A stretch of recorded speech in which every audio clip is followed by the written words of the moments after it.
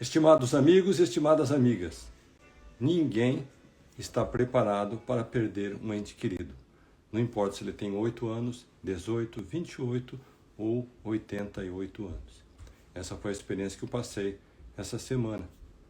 Apesar de saber da situação debilitada de saúde do meu querido pai, o momento da separação é um momento profundo de dor. É um sentimento de vazio no coração, no peito, na alma, um sentimento que somente o Evangelho de Jesus Cristo e o conhecimento do plano de salvação nos ajudam a ter o conforto, o consolo e a esperança da vida eterna.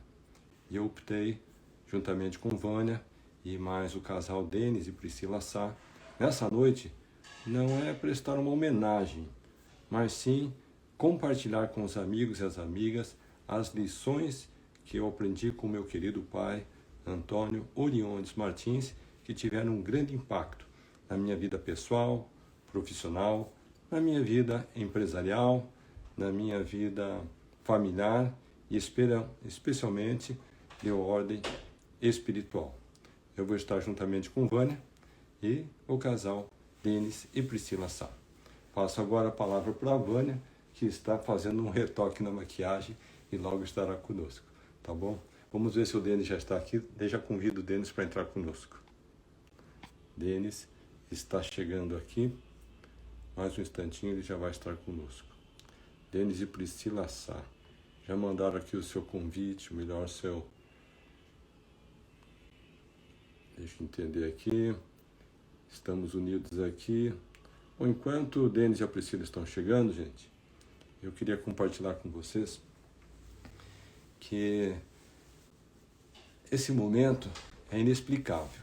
A gente sabe da fragilidade da vida e a gente sabe também da condição temporária que nós estamos aqui. Então, enquanto a Vânia está chegando aqui, eu gostaria de... Isso. Eu gostaria de convidar o casal Denis e a Priscila Sá.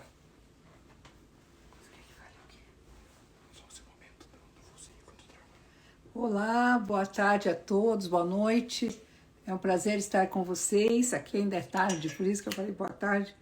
Mas como é bom, como é reconfortante ter na nossa vida o Evangelho de Jesus Cristo dos Santos dos Últimos Dias. Ter o Evangelho de Cristo, aquele Evangelho que está nas Escrituras, fazendo parte da nossa vida. Porque quando nós temos esses ensinamentos, tudo na nossa jornada aqui na Terra. Quando perdemos alguém que amamos, é muito difícil, mas ao mesmo tempo compreendemos que um dia estaremos juntos eternamente. Compreendemos que as famílias podem ser eternas. Refletimos sobre a nossa vida. Foi um momento de bastante reflexão para mim, a passagem do meu sogro para o outro mundo, para o mundo dos espíritos. E eu fiquei pensando o que eu estava fazendo com a minha vida e que legado eu estava deixando para quando chegar a minha vez. Então, nós precisamos realmente refletir e esses momentos de reflexão nos ajudam muito. Nos ajudam a colocar a nossa vida no trilho novamente, não permitir que ela saia do caminho do Senhor. Eu sou muito grata por ter os ensinamentos de Jesus Cristo, por conhecer esses princípios, por conhecer sobre a ressurreição de Cristo, que um dia todos nós iremos ressuscitar, para conhecer que podemos nos livrar de todos os nossos pecados antes de partir dessa vida, através do nosso arrependimento e através de colocar em efeito o sofrimento que Cristo teve, tanto no Getsemane como na cruz. Fazer com que essa expiação de Cristo faça efeito na nossa vida. Então, realmente eu sou grata nesse momento por esses ensinamentos que me confortam e que é um bálsamo para a minha alma. Muito bem. Denis e Priscila, sejam bem-vindos. Muito boa noite, Carlos. Um prazer, um privilégio. Mais uma noite a gente está aqui, né? Carlos, nossos sentimentos. Isso aí acho que é a primeira oportunidade, né, que a gente está aqui se falando, né, assim, e a gente entende que existe um momento de luto, né? Existe uma temporada de luto e mesmo nesse período você ainda está aqui, né? E eu acho que a melhor coisa que a gente pode fazer mesmo que não seja uma homenagem, é falar sobre o legado que você falou. Acho que você nunca escondeu, você acho que já revelou, acho que todo o tempo. Eu conheço muito a história do seu pai por você, né? Pelas lives, pelos livros, né? E hoje é um privilégio a gente estar podendo aqui, acho que pelo menos exaltar a honra dele, né? Do mesmo jeito que a honra de Davi não ficou com Davi, ficou com Salomão, né? A gente vê grandes obras que são no legado que o pai deixa para o filho. Tem muito pai pensando em deixar herança. E aí, infelizmente, o dinheiro acaba, a família se destrói, as pessoas ali estão em vida, já estão querendo dividir o patrimônio, mas o legado é algo que fica na alma, é algo que fica eterno. E é isso que a gente quer eternizar aqui, né? Sabe, de uma forma muito singela nessa live, tá, Carlos? Então, para nós é um privilégio estar aqui nessa noite também. E fala aí já. A gente vai começar de uma forma diferente. E eu e o Denis conversamos muito sobre isso, então a gente gostaria até de fazer algumas perguntas para você e o Denis vai começar. Igual a live que a gente já começou 2 anos atrás, né, Carlos? Então, ó, Carlos, a gente ouviu você falar muito da sua infância, né? Mas conta-nos como foi a infância do seu pai mesmo. Pô, ele veio de uma família estruturada, tinha uma base sólida espiritual, assim, o pai dele também deixou também um legado para ele continuar isso aí. Como que você pode contar para nós um pouquinho, por favor? Querido Denis e Priscila, meu pai nasceu na cidade de Clevelândia, interior do Paraná. E eu confesso para você que eu nunca fui até a cidade de Clevelândia, mas essa semana eu tive a curiosidade de estudar um pouco a respeito daquela região do interior do Paraná. E eu fiquei surpreso de saber que hoje em dia, 2022, Clevelândia tem 16 mil habitantes. Então eu voltei 88 anos na história para tentar entender como era a Clevelândia de 1934. E era somente um pinguinho no mapa. Era uma região fronteiriça, uma região que já tinha tido conflitos. Conta até a história da guerra entre Brasil e Paraguai, e teve esse nome de Clevelândia devido à intervenção do presidente dos Estados Unidos, chamado Cleveland, naquela ocasião, que intermediou o conflito e acabou dando o nome da cidade de Cleveland em homenagem àquele presidente norte-americano. Então, eu fico imaginando, né, respondendo a sua pergunta, como será que deve ter sido a infância de meu pai naquele fim de mundo? O que eu posso dizer é que a informação que eu tenho, Denis e Priscila, meu pai, ele vem de uma família de 8 filhos. No entanto, quando ele tinha 11 anos de idade, ele perdeu o pai. A minha avózinha ficou viúva. E naquela ocasião, você pode imaginar as circunstâncias da época, o que existiam eram caixeiros viajantes.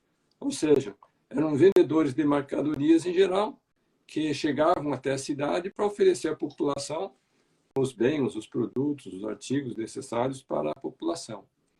E a minha avózinha conhecia um viajante, caixeiro de viajantes, quer dizer, de nome Gilberto Carvalho, que morava na grande cidade de Ponta Grossa.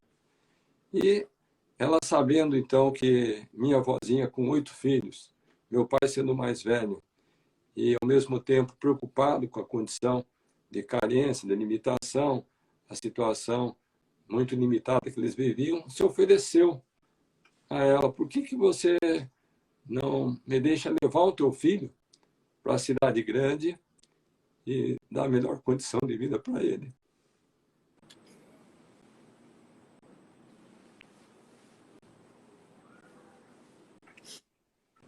Eu fico emocionado porque o que seria a cidade grande, né? Para quem saiu daquele final do mundo. E que sentimento será que passou no coraçãozinho da minha avó ao ela dizer: sim, pode levar o menino. Então, meu pai, com pouco mais de 11 anos, sai daquele ambiente familiar que ele estava inserido e vem para a cidade grande de Ponta Grossa para conviver com a família Carvalho. Às vezes eu tento me colocar na situação do meu pai. Eu não consigo imaginar a solidão, imaginar a condição limitada, imaginar a falta de amor, de carinho, de apoio, de incentivo, porque ele nada mais era do que um garoto que estava lá para servir a família.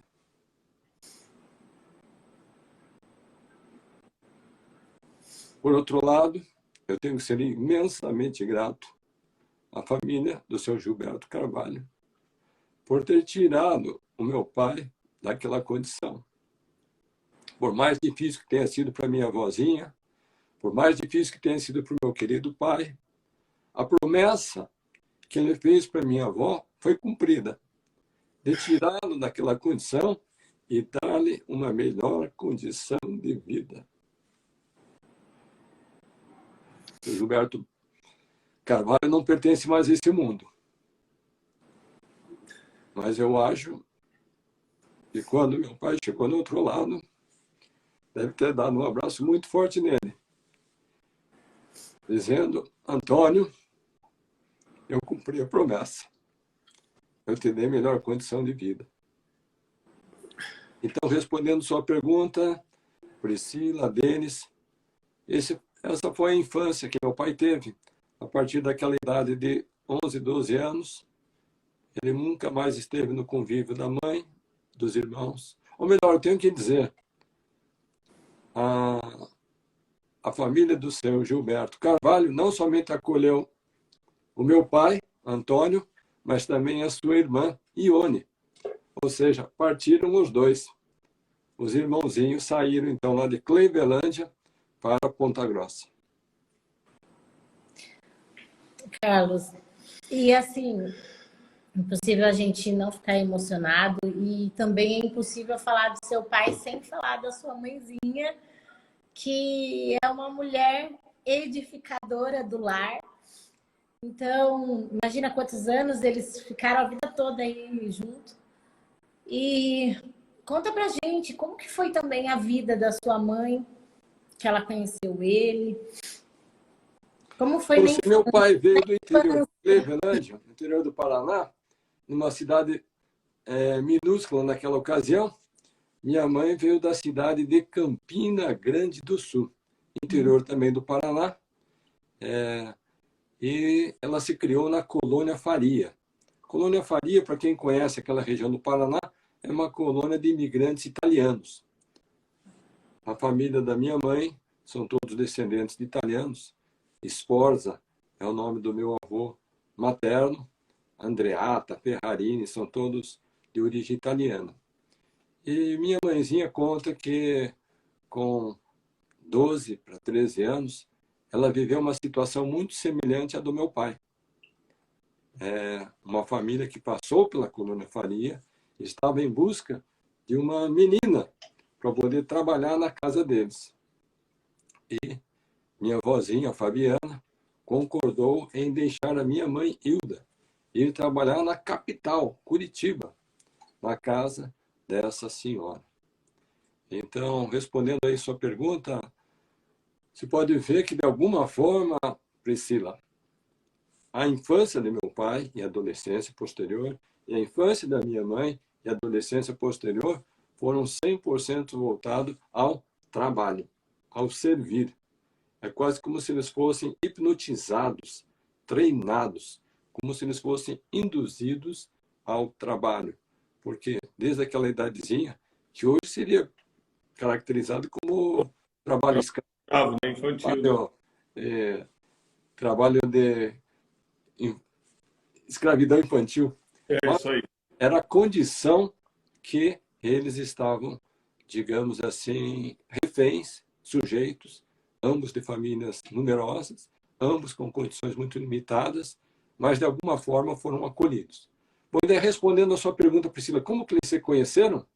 Finalmente, aquele senhor Gilberto Carvalho muda-se para Curitiba ele se estabelece e minha mãe trabalha próximo de onde meu pai trabalhava. E, de repente, os olhares se cruzaram. Não somente se cruzaram, mas o meu pai diz que foi amor à primeira vista.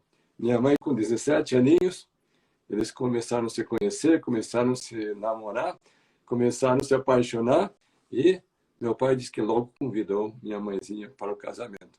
E a resposta da minha mãe foi sim.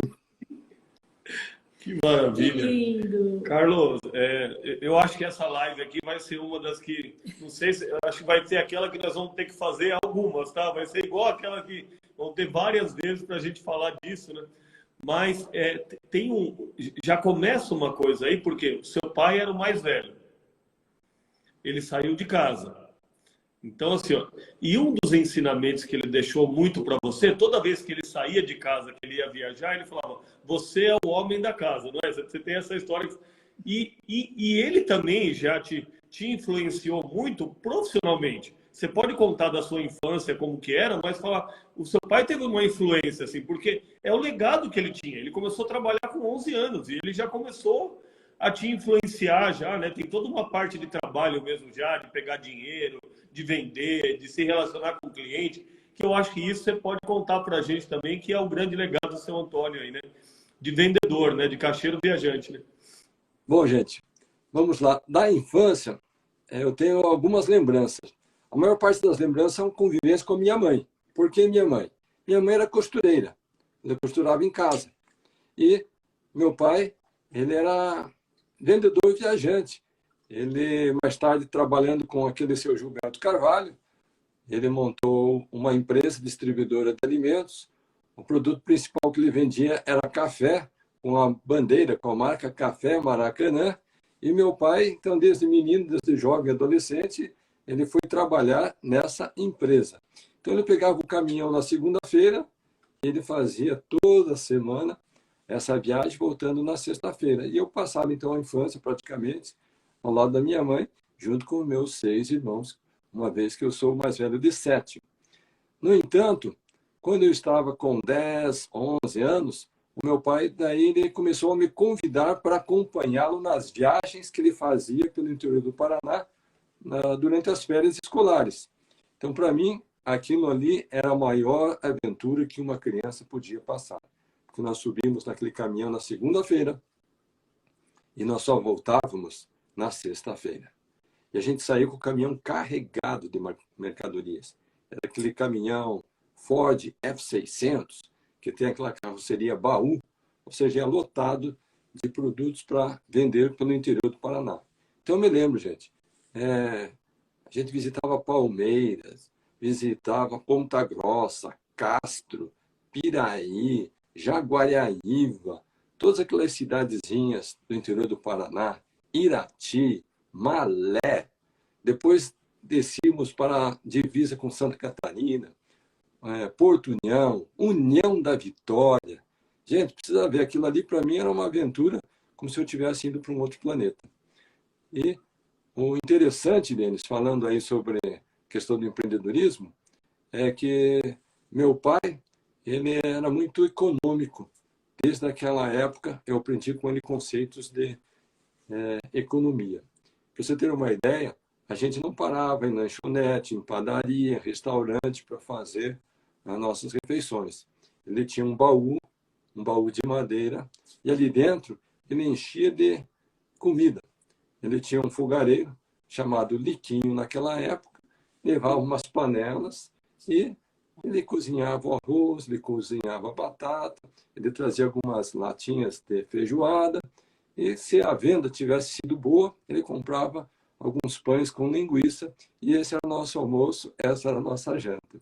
Ele geralmente parava o caminhão do lado de um rio, e ele dizia, filho, pega esse garrafão aqui de plástico, você vai lá no rio, para encher o garrafão de água para fazer o quissuco.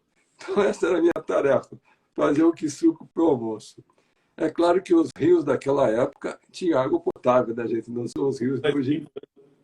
Então, as lembranças que eu tenho dessas viagens com meu pai são essas.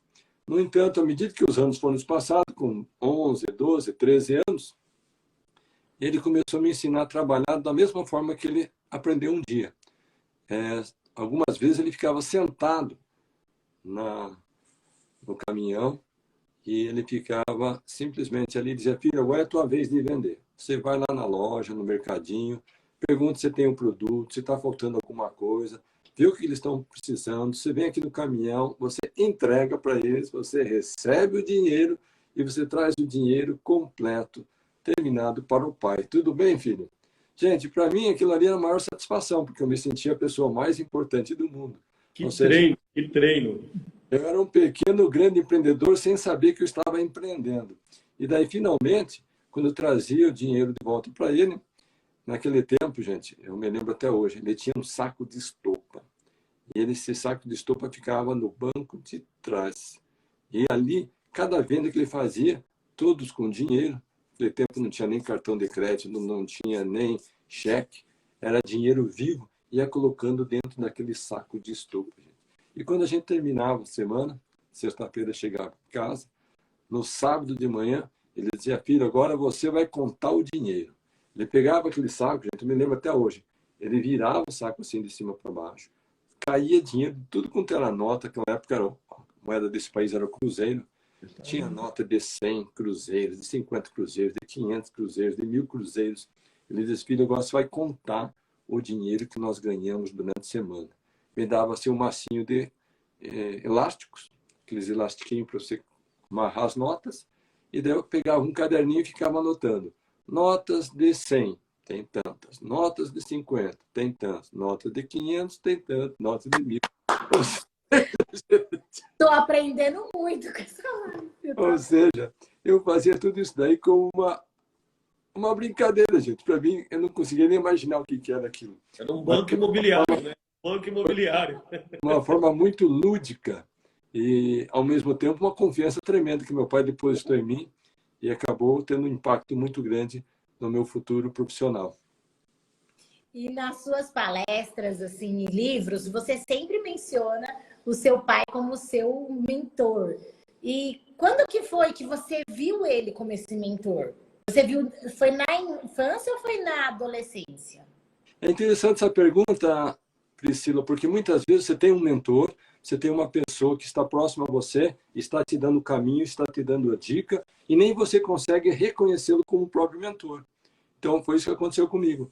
Eu saía com meu pai, eu viajava com ele, eu fazia todo aquele trabalho, eu o ajudava e ele confiava em mim, mas eu não estava percebendo o processo de formação que eu estava passando. Só mais tarde, quando os anos passaram, é que eu volto na estrada, que eu volto na história, eu volto no tempo, eu consigo visualizar o impacto que aquelas experiências, aqueles ensinamentos, aquelas viagens, aquelas conversas, aqueles diálogos, aquela liberdade e aquela confiança que ele me dava tiveram impacto em mim. Então, somente mais tarde, Priscila, respondendo sua pergunta. O Carlos, tem uma parte muito impactante, né? Você vai citar da Kombi, que seu pai pegava aí e pegava os 7 filhos e rodavam lá para ir na igreja, né? Naquele período, quando que o seu pai realmente ele sentiu, sabe, esse despertar espiritual de falar assim: ó, eu preciso criar os meus filhos no caminho do Senhor. Eu preciso encontrar um lugar ali, sabe, de paz, um lugar para ter princípios, valores, para ser... Assim, ó, eu preciso de ajuda. Sozinho eu não consigo fazer isso. Foi mais ou menos isso, né? Relata para a gente, por favor. Agradeço essa pergunta, Denis, porque talvez aí tenha sido o grande despertar da fé dentro do meu coração, do coração dos meus irmãos, e certamente um momento transformador na vida de toda a família. Por quê? Quando eu estava praticamente nessa faixa etária de 12 anos, os meus pais sentiam, naquele momento, que tinha muita maldade no mundo, sentiam que as pessoas estavam perdendo o senso entre o certo e o errado, estavam perdendo o senso entre o bem e o mal, já não tinham princípios e valores de união familiar. Imagina só, nós estamos falando de 50 anos atrás. E dentro da capacidade, apesar limitada deles, de formação, educação, instrução, no interior deles, eles já tinham uma espiritualidade. Ambos nasceram católicos, mas havia algumas perguntas que eles não encontravam as respostas. E a partir dali, conforme você citou, meu pai nessa época, ele tinha uma Kombi branca, ele colocava os 7 filhos na Kombi e cada domingo ia assistir uma denominação religiosa diferente. Ou seja, ele estava em busca de respostas, estava em busca da verdade, estava em busca de um caminho da fé. E eu, como criança, me lembro de ir a algumas reuniões dominicais onde tinha tambores, tinham guitarras, tinham músicas estridentes, tinham como se fosse um show dominical. E certa vez, meu pai, no centro da cidade de Curitiba, ele entra num elevador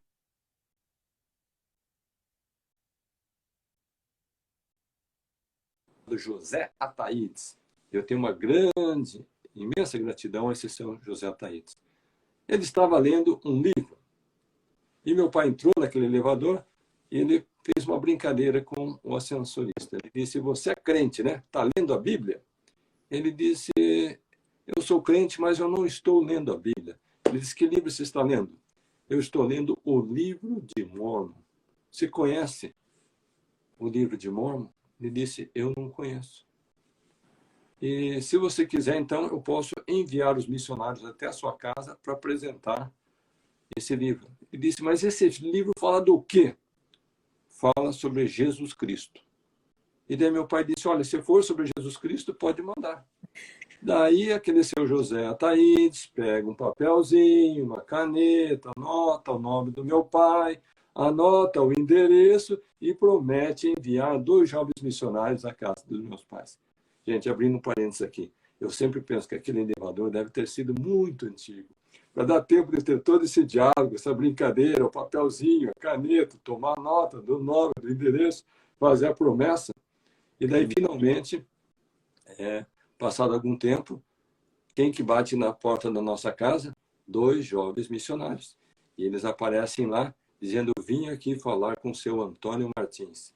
Eu fui atendê-los um dia à noite, durante a semana, e eu disse, meu pai não está, ele está viajando, ele só volta no final da semana. Bom, então diga para ele que nós passamos por aqui e nós vamos voltar a falar com ele no final de semana. Tudo bem? Eu disse, tudo bem. Eu pequeno, gente, 12, 13 anos de idade, corri para dentro de casa de noite. Minha mãe, que estava somente assim naquela frestinha da janela, tentando ver o que estava acontecendo lá, perguntou, filho, quem eram aqueles 2 rapazes de camisa branca, de gravata, que estavam lá fora? Eu disse, eu não sei, mãe, mas eu acho que eles eram fiscais da prefeitura. Eles queriam falar com o pai e disseram que vão voltar para falar com ele no final da semana. Bom, os garotos voltaram deles para falar com meu pai. Eu descobri que eles não eram fiscais da prefeitura. Descobri que nem brasileiros eles eram. Naquela época, eram 2 rapazes norte-americanos que estavam servindo missão para a Igreja de Jesus Cristo, dos Santos dos Últimos Dias aqui no Brasil. E daí convidaram meu pai e minha mãe para conhecer a igreja. Do domingo chegou, colocou os 7 filhos na Kombi branca, junto com minha mãe, e lá fomos nós, pela primeira vez, assistir uma reunião na igreja. Minha mãe fala que nunca sentiu tanta paz. Ela nunca sentiu tão em casa. Ela nunca sentiu tão completa como aquele primeiro dia que ela esteve naquela reunião. Mas se você me permite, Denis, eu vou contar ainda mais uma experiência para você, pode ser? Lógico, vamos. Minha mãe fala que quando eu era um bebezinho ainda, certa vez, ela teve um problema no aparelho doméstico da casa dela, um fogão, alguma coisa que quebrou. E veio um senhor para fazer o conserto. Enquanto o senhor fazia o conserto, ele prestou um testemunho para ela. Dona Hilda, você já ouviu falar da Igreja de Jesus Cristo, dos Santos dos Últimos Dias? Não, nunca ouvi falar. Ele prestou testemunho dela a respeito do Evangelho de Jesus Cristo, prestou testemunho para ela a respeito do livro de Mórmon, ele falou do plano de salvação para ela, terminou o serviço, minha mãe pagou a conta e ele foi embora. Mas ele saiu de lá com uma promessa. Um dia, ainda, a senhora vai conhecer a Igreja de Jesus Cristo. Minha mãe conta que ela nunca mais nem se lembrou, nem daquelas palavras, nem daquela promessa, nem daquele senhor. Acontece que 12 anos mais tarde, quando meu pai coloca os 7 filhos na Kombi, mais a minha mãe, e eles vão assistir pela primeira vez uma reunião da Igreja de Jesus Cristo dos Santos Últimos Dias, quem está sentado lá na frente, na mesa da bênção do sacramento, aquele mesmo senhor que fez o concerto do aparelho na casa dela. E parece que, novamente, ela sentiu como se o Espírito Santo tivesse dito: tá vendo, filha? Eu fiz a promessa e a promessa está sendo cumprida. Então, aquele foi um momento sagrado, um momento significativo, de grande valor, porque depois de alguns meses que meus pais estavam conhecendo, pesquisando, orando, buscando respostas, finalmente eles aceitaram o batismo e todos os filhos acima de 8 anos foram batizados. Já se passaram mais de 50 anos naquela data. E ao longo desses anos, Denis e Priscila, muitas vezes eu vi meu pai repetir a seguinte frase: graças ao Evangelho de Jesus Cristo, eu me tornei um pai melhor, um marido melhor, um filho melhor, um melhor trabalhador, um melhor filho de Deus. Carlos, antes da próxima pergunta, eu só gostaria que você falasse, porque várias pessoas estão perguntando do livro de Mormon, então que você pudesse presenteá-los aí. Queridos amigos, então, esse livro que teve um impacto tão grande na minha vida, e eu agradeço àquele senhor José Ataídes, ascensorista, que ele que ofereceu o livro para o meu pai. Se não tivesse ele oferecido, se meu pai tivesse entrado e saído do elevador, não tivesse trocado nenhuma palavra, nem sei se eu estaria aqui falando com vocês hoje, mas ele foi iluminado pelo Espírito Santo. Eu distribuo semanalmente dezenas, centenas, mensalmente milhares. Eu estava fazendo isso através do SEDEX. Mas eu tive uma inspiração nesse final de semana, nós vamos fazer mais rápido. Nós temos 2.000 pontos de apoio no Brasil inteiro que pode fazer essa entrega do livro muito mais rápido, muito mais eficiente e muito mais ágil. Então, se você desejar receber o livro de Mormon na sua casa, que fala a respeito de Jesus Cristo, basta entrar no meu Instagram. Lá tem um presente para você e você preenche lá o seu endereço e você vai receber esse livro na sua casa. Oferecemos também um livreto chamado Como Manter uma Família Feliz. Esse é a Priscila Sakivan vai enviar do online. Então tem que contatar a Priscila. Deixa lá no Instagram da Priscila e ela encaminha para você esse livro gratuito. Nós oferecemos também, gente, isso aqui já foi ideia do Denis, mas é um homem inspirado, um homem de Deus. Nós oferecemos oração para você, oferecemos visita no templo. São 8 templos no Brasil inteiro. Se você quiser visitar a igreja na sua cidade, são mais de 2.000 pontos. Nós podemos te acompanhar ou melhor, podemos ter uma equipe que vai te acompanhar na localidade onde você reside. Ou seja, gente, nós estamos aqui não é para vender nada, nós estamos aqui para doar, doando nosso tempo, nossa fé, nosso testemunho, compartilhando experiências. Bom, Carlos, agora voltando aqui, a gente sabe da sua história e com 17 anos você resolveu ir para os Estados Unidos. Qual foi a reação do seu Antônio com isso? Gente, aqui eu tenho que voltar um pouquinho, Priscila, porque eu nasci na periferia de Curitiba, Boa Vista. E quando eu conheci aqueles missionários norte-americanos, eles colocaram um sonho na minha cabecinha. Carlos, você é uma criança, mas um dia você vai crescer e vai poder ir para os Estados Unidos, estudar numa universidade americana. E quando chegou 17 anos, eu pensei que eu estava pronto. Eu cheguei para meu pai e disse: pai, eu acho que agora eu já sou adulto, já cresci, eu quero ir para os Estados Unidos, quero ir para Nova York. Ele disse: filho, se você quiser ir, você pode ir, mas o pai não tem nenhum dinheiro para pagar as suas despesas, não tem como te manter, não, nem a passagem eu posso comprar.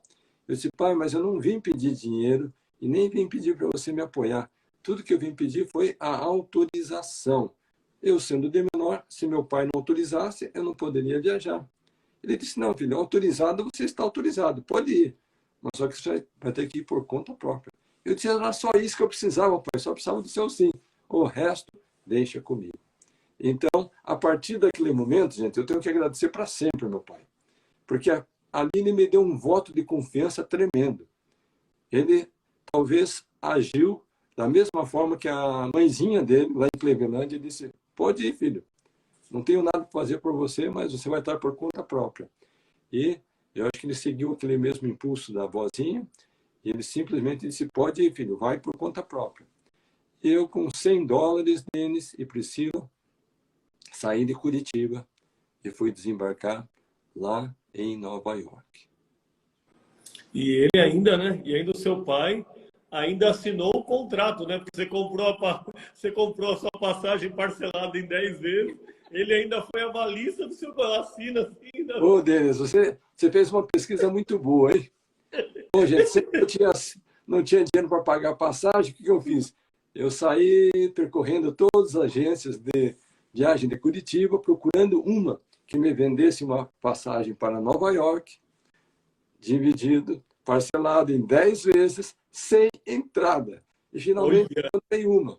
Ela disse, olha, nós vendemos passagem em 10 parcelas, sem entrada, primeira vez daqui 30 dias, mas tudo que você precisa fazer, você tem que levar esse papel para casa e seu pai tem que assinar aqui nesse X. Eu fui lá e expliquei a história para o meu pai e disse, bom, se é para assinar, deixa que eu assino já. Olha aí, olha que influência na vida, né? E que confiança, né? Porque se ele tivesse que pagar, não teria grana para pagar, mas ele pensou, o filho vai conseguir pagar essa passagem. Vai passar, já vai trabalhar lá já, né? Carlos, e nesse período, porque você voltou, você já tinha conhecido a Vânia, você já tinha tido um relapso lá de ter encontrado a Vânia, também ter vivido igual o seu pai, o amor à primeira vista também. Só que você foi para os Estados Unidos, ou foi antes, eu não sei. Quando que você decidiu casar com a Vânia? Qual foi a reação do seu pai? Como que ele lidou com isso aí? Eu vou deixar a Vânia contar, né, que a Vânia está aqui do meu lado só. Isso é bom. Então, olha, gente, eu passei naquela época 1 ano e meio nos Estados Unidos, na tradição, na cultura da Igreja de Jesus Cristo, quando os garotos atingem essa idade de 18, 19 anos, eles se voluntariam para fazer um trabalho missionário.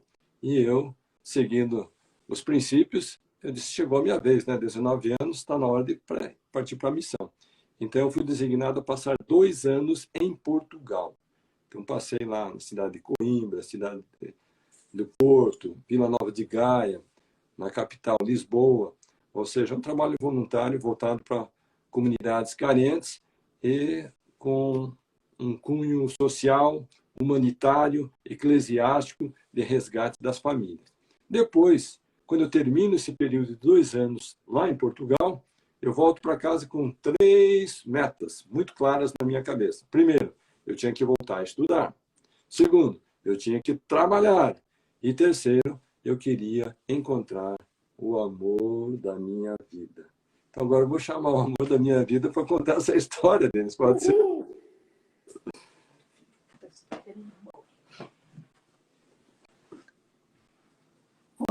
Estou me pondo na fogueira, falar aquele que ia falar a noite toda aqui. Eu queria ficar quietinho. Mas, na verdade, o Carlos veio com essa meta. Ele queria, quando ele esteve nos Estados Unidos, aos 17 anos, ele foi lá, trabalhou, conheceu, aprendeu inglês, aperfeiçoou o inglês, porque ele já tinha começado a aprender o inglês com os missionários da igreja, né? Mas quando ele aperfeiçoou o inglês e tudo mais, mas não entrou na universidade.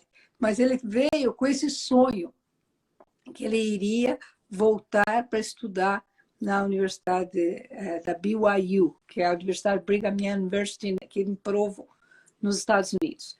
E ele estava com essa meta, mas aí nós nos encontramos, começamos a namorar. Eu também tinha servido uma missão na cidade do Rio de Janeiro, então eu também tínhamos muitas experiências para compartilhar. E então começamos aí a nossos encontros, a namorar, e depois de 5 meses nós resolvemos nos casar. Continue.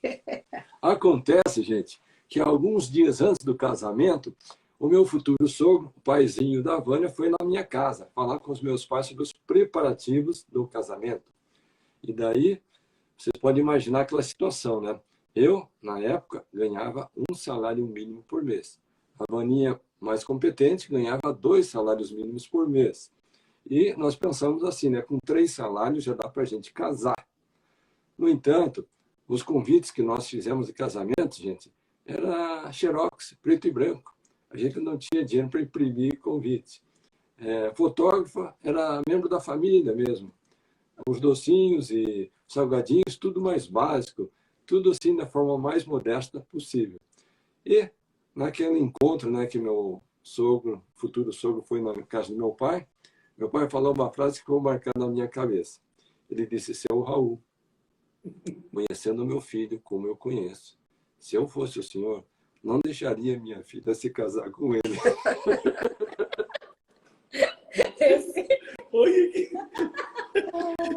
Esse já amou a nora. Imagina só, gente, aquele momento, o meu sentimento, né? Eu esperando assim um incentivo, uma motivação para começar uma vida nova a dois, e eu recebo esse balde de água do meu pai.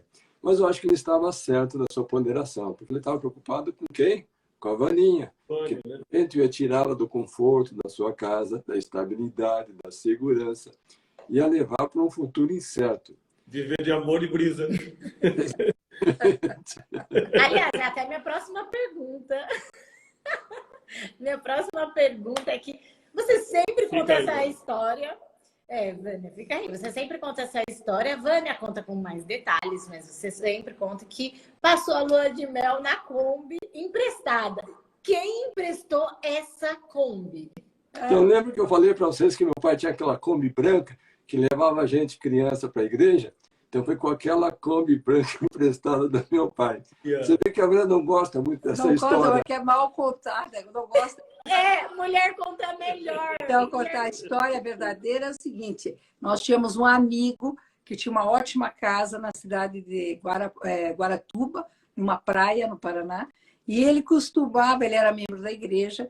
Todos os jovens da igreja que casavam e não tinham dinheiro, ele emprestava para a gente ficar na casa dele lá da praia. Então, nós emprestamos do pai dele a Kombi e fomos para Guaratuba nessa casa. Mas houve um incidente, depois de uns 2, 3 dias que estávamos lá, mais uns 4 dias que estávamos lá, a casa do vizinho foi assaltada. E o Carlos ficou apavorado. Então, olha, se assaltarem aqui, vão levar a Kombi do meu pai, o meu pai precisa dessa Kombi para trabalhar. Aqui nós não ficamos mais. Foi isso que aconteceu. E daí nós fomos, ele falou assim, vamos para Camboriú, para conhecer Camboriú e ficar uns dias. Só que não tinha reservado hotel, nada, acabamos ainda dormindo uma noite na Kombi. Por causa dessa história, dormimos uma noite, depois já retornamos para Curitiba. Nossa lua de mel, nós fomos até o Templo de São Paulo, primeiro, né? Nós nos casamos uma sexta-feira, casamos no sábado no Templo de São Paulo. Retornamos a Curitiba, emprestamos essa Kombi e depois passamos essa curta lua de mel nas praias do Santa Catarina. A famosa Kombi. Carlos, tem muita história aí, tem muita coisa que aconteceu, isso, mas vamos lá, né? E todo mundo conhece a história da Wizard. Todo mundo conhece que você começou a dar aula de inglês, um aluninho, 2 aluninhos, tá? E quando você montou mesmo, o seu pai te emprestou um dinheiro? Tem isso aí mesmo? Seu pai te emprestou? Você foi pedir para ele? Como que foi essa história aí? Então, na verdade, eu não pedi o dinheiro emprestado para ele, mas ele ofereceu. Ele disse, filho, eu sei que você está começando o teu negócio, esse negócio vai precisar de muito recurso, eu não tenho muito, mas o pouco que eu tenho, eu estou disposto a te emprestar. Você me paga quando puder, tudo bem? E daí, ele tinha uma reservazinha, naquele tempo o pessoal guardava dinheiro em casa em dólar. Ele me passou $5.000. Gente, para mim era uma fortuna. Eu nunca tinha visto tanto dinheiro na vida. Ele me emprestou $5.000 para eu começar a Wizard. Que maravilha! E ele trabalhou com você nessa época? Como que foi? Ele fez, o pai do Carlos, apesar dele ter falado para o meu pai, aquela história lá, que eu achava que era melhor o Carlos não casar, mas ele sempre esteve nos apoiando. o nosso primeiro carro. Ele comprou um Fusca e e nós pagávamos em prestação. Ele teve que pagar à vista, porque o rapaz disse que só vendia se fosse à vista. Então, o meu sogro comprou, nos cedeu o carro, que o Carlos trabalhava com o carro, e o Carlos pagava, então, por mês para o pai dele. Então, o pai dele tinha, assim, esse desejo de nos ajudar, de ver que a gente fosse para frente. Ele sabia que o Carlos precisava muito do carro para trabalhar. Então, ele tinha essa boa vontade muito grande de nos ajudar, nos recebia muito bem na sua casa. Nós almoçávamos todo final de semana na casa dos pais do Carlos, no sábado na minha casa, nos meus pais, no domingo na casa dele. Ele sempre estava disposto a ajudar. E quando ele viu que o Carlos ia começar o próprio negócio, foi quando nós retornamos dos Estados Unidos, depois de termos passado 3 anos lá, onde o Carlos estudou, 4 anos, né?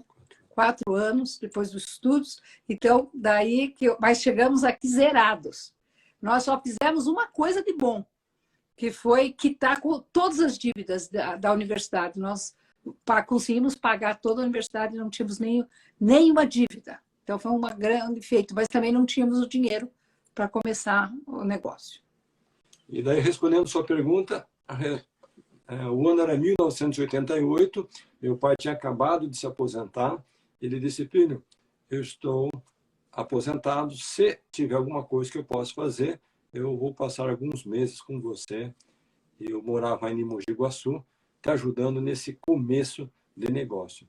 E na minha preocupação, né, eu fiquei tentando imaginar o que será que meu pai pode fazer, uma vez que ele não fala inglês, ele nunca trabalhou no ambiente de sala de aula, ele não tem experiência formal de educação.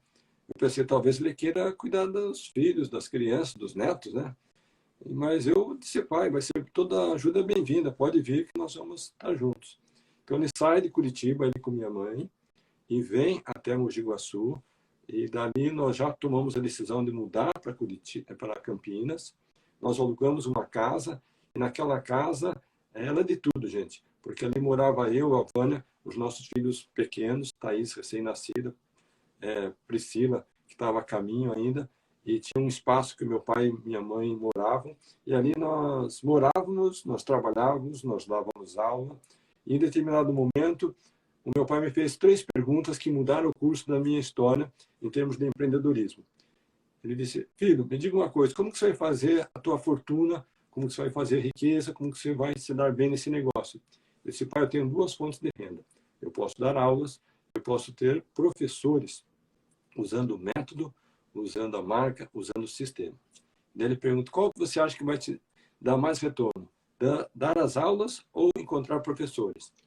Eu disse: eu acho que é encontrar os professores, porque eu posso ter muitos parceiros de negócio. E daí ele disse: então faz o seguinte, filho, como que você vai ter esse relacionamento com os professores? O que você vai oferecer para eles? Eu disse: eu vou oferecer o material didático. Eu vou vender o material didático para os professores. Ele disse: então tá bom. Então pode preparar uma caixa de material didático e nós vamos sair vendendo segunda-feira por todo o interior do estado de São Paulo.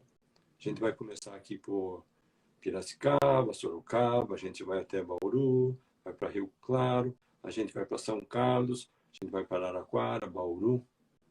Ele disse: mas para aí, pai. O que a gente vai fazer nessas cidades? Você já é formado nos Estados Unidos? Você não aprendeu que a única razão de uma empresa existir é vender?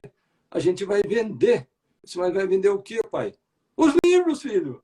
Que lindo, que lindo. Olha que start. Naquele tempo, gente, não tinha Instagram, não tinha Facebook, não tinha rede social, não tinha internet, não tinha nem celular. Eu disse: pai, mas como que a gente vai encontrar esses professores? É fácil, filho. A gente chega na cidade, compra o jornal principal da cidadezinha, abre na seção de classificados, lá vai ter aquela coluna de serviços, professores, a gente telefona, compra a ficha, não é orelhão, deposita ali e diz: olha, meu nome é Carlos Martins, acabei de chegar dos Estados Unidos, tem um método revolucionário que possibilita a pessoa falar inglês rapidamente, posso te apresentar? E assim nós conseguimos, querido Denis e Priscila, 1 franqueado, 2 franqueados, 3 franqueados, 10, 20, 30, 100 franqueados. e vocês sabem qual que é o resto da história. Muito lindo. Ah, Carlos, eu vou até perguntar aqui duas, porque a gente já vai chegar no horário aqui já, mas quando chegou às 1000 escolas aí já, seu pai, o que ele falou para você? Primeiro, Quando finalmente chegou a 1000 escolas, gente, meu pai já estava morando nos Estados Unidos. E naquela época, eu fiquei muito feliz mesmo. Por quê? Nós começamos literalmente do zero em casa, e nós tínhamos chegado a 1000 unidades. Então, peguei o telefone, disquei para ele e disse: querido pai, tem uma ótima notícia, estou muito feliz, queria compartilhar esse momento com você. Nós finalmente atingimos o número de 1000 escolas de inglês no Brasil. E para minha surpresa, Denis do céu, sabe o que ele disse? Filho, é pouco, é pouco, é pouco. Você pode muito mais. Nossa! Qual que é a próxima meta, né? Qual que é a próxima meta, senhor Carlos? Então, naquela época, gente, confesso para vocês que eu desliguei o telefone e pensei: nossa, como que o meu pai pode me dizer uma coisa dessa? Mas os anos passaram e nós chegamos a 2000 escolas. Os anos passaram, nós chegamos a 3000 escolas. E hoje eu só tenho que lhe dizer: querido paizinho, obrigado, obrigado, obrigado. Você estava certo. Nossa, que lindo, que lindo. E Gente, está terminando o nosso tempo aqui da live. E essa semana foi uma semana difícil para nós, mas nós temos a confiança na ressurreição, nós temos confiança na Páscoa, nós temos a confiança na família eterna. Eu gostaria que a Vânia falasse um pouquinho da Páscoa para a gente, pode ser? Então, essa semana, nós temos uma semana muito, muito especial, porque essa semana é a semana da Páscoa. E uma pessoa me perguntou essa semana: mas o que significa a Páscoa para a Igreja de Jesus Cristo dos Santos dos Últimos Dias? Eu falei: é tudo. A Páscoa é tudo para nós, porque na sexta-feira nós vamos celebrar a expiação de Cristo, que nos proporciona, através da sua dor, do seu sofrimento, ele nos resgatou do pecado e nos deu a oportunidade do arrependimento, dessa mudança de coração, dessa mudança de vida, para entrarmos no caminho do Senhor. Então, essa transformação através do arrependimento vem através da Sexta-feira Santa, quando Cristo pagou pelos nossos pecados. E domingo é glorioso, porque é a ressurreição. Cristo ressuscitou e deu a cada um de nós essa maravilhosa oportunidade de um dia também ressuscitarmos. Eu li ainda esta semana um artigo de um líder da igreja que ele disse o seguinte: não vai ter alegria maior para todo ser humano do que aquele dia em que todos nós ressuscitarmos e nos encontrarmos com todos os nossos entes queridos, nós possuindo um corpo físico, mas um corpo glorificado, um corpo aperfeiçoado, livre dos problemas que temos nessa terra, de enfermidades e tudo mais. Então vai ser um momento glorioso a ressurreição. E a ressurreição de Cristo já foi muito gloriosa, porque foi ele que foi o primeiro a ressuscitar e abriu as portas das cadeias da morte. Então, gratidão ao meu Salvador, uma eterna gratidão por esse momento, e vou sim, nesta semana, meditar sobre as palavras dele no final de semana, durante toda essa semana, me preparar para compreender melhor o sacrifício que ele fez por mim e também compreender melhor sobre a ressurreição. E esses dois princípios são muito bem explicados no livro de Mórmon. Então, se você quiser um livro de Mórmon, quiser saber mais sobre a ressurreição e sobre a expiação de Cristo, nos contate, por favor. Uma boa semana e uma Páscoa maravilhosa a todos. Obrigado, Denis. Obrigado, Priscila. Suas considerações finais, por favor. Eu quero só deixar uma coisa que hoje, né, a gente foi com um casal maravilhoso na igreja, né, o Kleber e a Cris, e tem uma observação assim, às vezes quem não é da igreja, então a gente fala do livro de Mórmon, a gente entrega o como manter uma família feliz, a gente oferece uma oração, nós oferecemos, se você precisa de uma bênção na sua casa, pô, às vezes eu preciso de uma bênção, tem alguém que pode aí fazer uma oração na sua casa. E se você quiser conhecer uma igreja, é muito legal saber isso. Você não precisa ser membro. Os visitantes são muito bem-vindos. Então, nós somos uma igreja que não violenta o coração de ninguém, obriga você a participar, nada. É uma obra movida pelo Espírito Santo. Você vai orar e mesmo que você continue na sua igreja, você vai ser muito bem recebido na nossa igreja, nas nossas reuniões, que são as mesmas no mundo todo. Isso é o que eu senti de compartilhar, tá, Carlos? Porque muitas vezes as pessoas não sabem. Então, eu preciso ter do jeito que você for. Vai com o seu coração. Você vai ser acolhido como se você estivesse na sua casa. Essa experiência nós damos testemunho aqui em nome de Jesus Cristo, que a gente viveu isso. Fomos acolhidos como se a gente tivesse a nossa própria família. Bom, e rapidamente falando que seu pai completou 88 anos e ele deixou esse legado na vida dos filhos. E como o Denis falou, de Davi e Salomão, e através de você, esse legado que ele deixou na sua vida, olha quantas vidas estão sendo impactadas, como inclusive a nossa. Então, gratidão ao seu Antônio e gratidão por essa live abençoada e todos que estão aqui, a Vânia, muito obrigada. A gente sabe que o senhor marcou esta live. E amanhã, para quem precisa, às 5h55, começamos com o Carlos, amanhã tem o Ricardo Martini aí, vai ser um testemunho maravilhoso também. A gente continua até quando o Carlos voltar para cá. Eu nem imaginava que ia casar, hein? Até casou, que legal. Queridos amigos e amigas, Denis e Priscila, agradecemos a participação de todos e vamos encerrar agora com uma oração feita pela Vânia. Nosso querido e amado Pai Celestial, agradecemos muito por essa oportunidade que tivemos de estarmos reunidos falando sobre as bênçãos que temos, as bênçãos de ter um pai, de ter uma mãe, as bênçãos de conhecermos o Evangelho de Jesus Cristo, as bênçãos de vivermos esses ensinamentos na nossa vida. Agradecemos por tudo que o Antônio Martins fez na nossa vida e todo o exemplo e ajuda e tudo que ele ofereceu para as pessoas que conviveram com ele. E nessa semana de Páscoa, nós rogamos, Pai, que o Senhor nos ajude na nossa compreensão maior, uma compreensão maior vinda de Ti, sobre a expiação do Teu Filho Jesus Cristo que Ele efetuou enquanto estava no Getsemane, no jardim do Getsemane e também na cruz. Que nós possamos compreender esse sacrifício infinito que Ele fez por nós e nos deu a oportunidade de arrependimento. E que possamos compreender também a ressurreição. Agradecemos por esses dois eventos, agradecemos pelo nosso Salvador Jesus Cristo e por aquilo que Ele fez por nós. E pedimos que o Senhor nos guie, nos oriente, nos inspire, nos abençoe, nos proteja e esteja sempre ao nosso lado. E fazemos essa oração em nome de Jesus Cristo. Amém. Amém.